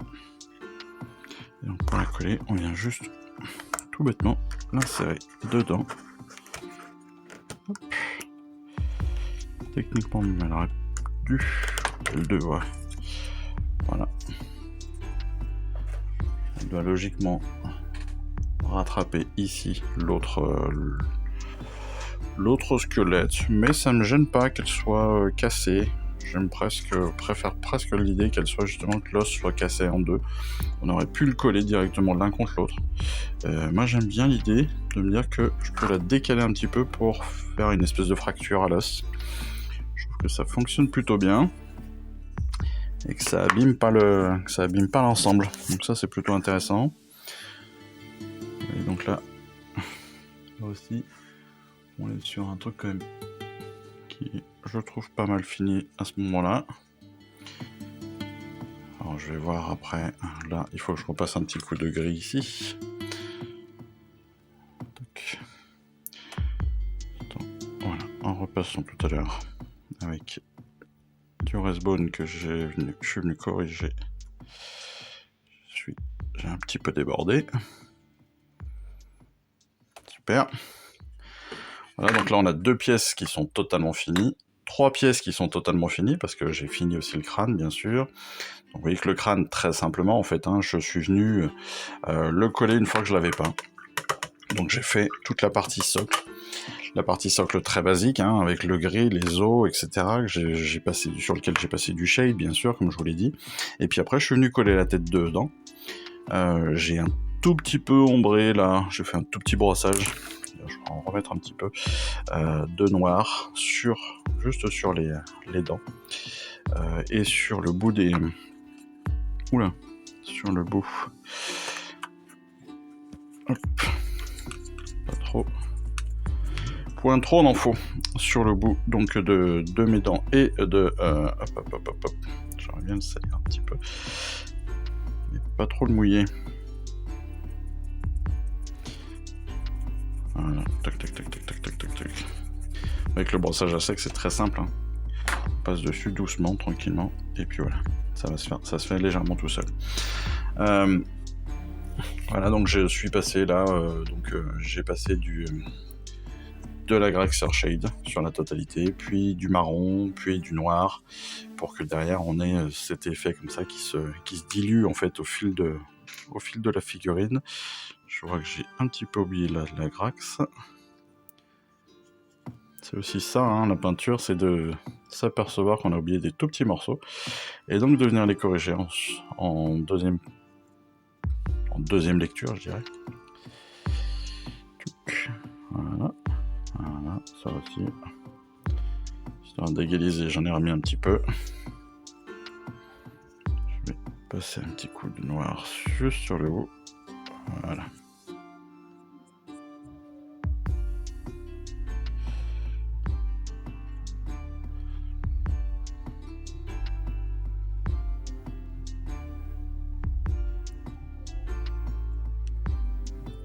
de me salir volontairement mes dents.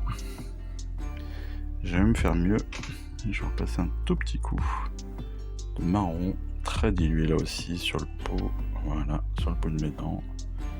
Toc, toc, toc, toc. Alors c'est un marron très clair que j'ai très dilué là en l'occurrence, pour donner un effet de saleté, de vieille os, de vieille ivoire en l'occurrence. Voilà. C'est aussi pour ça que ça fonctionne bien là. Je vais me rajouter, hop, je rajoute de la Grax. Alors l'intérêt du shade, encore une fois, c'est qu'il va venir se mettre dans les interstices, il va venir vraiment combler les trous. Comme il est très liquide, il vient dans les trous de la sculpture. Donc c'est pour ça que c'est intéressant. Vous voyez que, hop, c'est ce qui là donne le relief. Après, alors, il faut bien comprendre que la couleur des shades, vous le verrez réellement une fois que tout est sec. Voilà. Donc, faut pas vous donner trop d'idées au moment où vous le faites. Il faut vraiment penser à l'après. C'est vraiment ça le plus important, parce que si vous pensez que à l'instant même, vous pourriez potentiellement être déçu. Voilà. Mais voilà, là on est donc toc. Vous voyez, je vais remettre un petit peu là sur l'arrière, sur le haut de mes orbites, histoire de les salir un petit peu. Et en dessous des pommettes. Voilà, super. Voilà. Donc là on a déjà 3 parties de notre figurine qui sont bien terminées, qui en l'occurrence sont terminées, hein, même je considère qu'elles sont finies. Ici, alors ici c'est un peu particulier, on est sur la partie, donc sur la figurine avec la mare bouillonnante. Alors, un petit peu particulier parce que honnêtement j'avais pas beaucoup d'idées. Ce que j'ai fait, c'est que pour une autre figurine, j'avais acheté la peinture contraste. C'est la X-Ray Flame. Donc c'est un vert qui est un peu sur le principe qui fait un peu vert fluo, mais qui n'est pas fluo, hein, en l'occurrence, qui n'est pas du tout fluorescent. Et donc je l'ai passé de façon très large. Hein. Je me suis pas pris la tête parce que je pensais bien mettre 2 couches. Là, pour l'instant, il n'y en a qu'une. Vous voyez que je passe très largement dessus. Je cherche pas à comprendre. Le but du jeu, c'est que ce soit bien vert, mais que, malgré tout, les bulles ressortent un petit peu blanches. Voilà. Et comme c'est de la contraste, ça va venir bien dans le fond. Les détails légèrement surélevés vont pas forcément être trop couverts. C'est un peu ce que je recherche justement, avoir cet effet d'ébullition qui ressort. Je trouve que c'est plutôt pas mal là aussi, ça ressort plutôt bien, je suis assez content. Et c'est très simple. Et à mon avis, c'est plus simple que ce qu'il nous propose. Et je trouve que c'est surtout beaucoup plus rapide à faire. Vous voyez, en l'occurrence, eux, ils nous le faisaient faire en rouge, hein, directement en Mephiston. Je pense pas que ce soit très heureux en Mephiston. Je trouve comme ça, un truc qui boue, je trouve ça presque plus réaliste comme ça. Je trouve que c'est, voilà. Bon, ça, c'est un avis perso, hein, vous allez me dire, tout le monde sera pas forcément d'accord avec moi. Mais voilà, je trouve que ça rend bien comme ça. Donc, pourquoi s'en passer, techniquement. Mais après, c'est vrai qu'on aurait pu le faire en rouge. Et puis pareil, faire un espèce de brossage à sec au noir pour le rendre magmateux, etc. Hein. Voilà. Là, moi, je suis plus parti sur une idée de mare bouillonnante pestilentielle, quoi. Voilà. Là, on est sur. Il nous reste donc 2 éléments. Ces 2 éléments, je les ai pas du tout commencés. Donc les socles sont faits, en partie. Là, je me suis un petit peu emballé. J'avoue que c'est pas terrible. Mais bon, je pense que je vais partir sur du rouge ou du rose ou un truc comme ça, ou du violet, pour ma petite bestiole. Très certainement sur du violet, d'ailleurs, parce que j'aime beaucoup le violet. Avec avec les crocs là d'une couleur différente, certainement un peu plus blanc beige, je pense. Blanc beige avec une petite pointe pareil de noir au fond, enfin en haut. Mais voilà, je pense qu'on va partir sur du violet, certainement violet contraste. Voilà, avec peut-être un jeu de transparence, un jeu de peut-être pas de transparence, mais un jeu de dégradé, voilà, de violet entre le fond et les tentacules. D'ailleurs, je pense que je vais me lancer là très rapidement dessus. Et puis les cristaux. Alors les cristaux, j'avoue que je ne sais pas. J'aime beaucoup ces cristaux, j'aimerais bien les faire comme il faut, et j'aimerais bien apprendre à les faire. Et c'est là où on va avoir besoin justement des lightning et donc du fait de passer sur les bords. Eux, encore une fois, ils nous les font faire en blanc. Ils nous les font laisser en blanc. Là, pareil. J'hésite entre du bleu et du violet. Ou du bleu de la Killian, peut-être de la Killian Green d'ailleurs. Ça va peut-être donner un truc pas mal ça. Killian Green, je crois que c'est pas mal.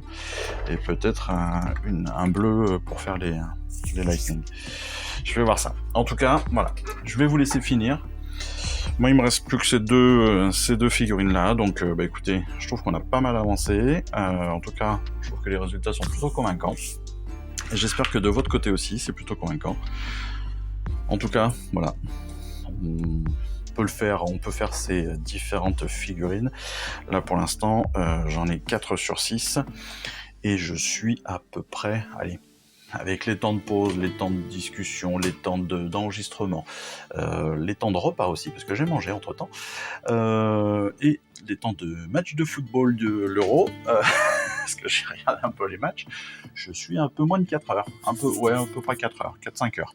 Donc je pense qu'en 6 heures c'est faisable. En moins de 6 heures c'est faisable de tout faire et de tout régler, d'avoir vos 6 décors peints en totalité. Voilà, écoutez, pour moi c'est fini pour aujourd'hui. En tout cas, je vous remercie de m'avoir suivi, puis je vous souhaite surtout une excellente fin de soirée. Allez, à très vite. Ciao, bye bye. Je vous remercie d'avoir suivi cette vidéo. Si ça vous a plu, eh bien abonnez-vous, lâchez un petit like et un commentaire et suivez-moi sur Instagram.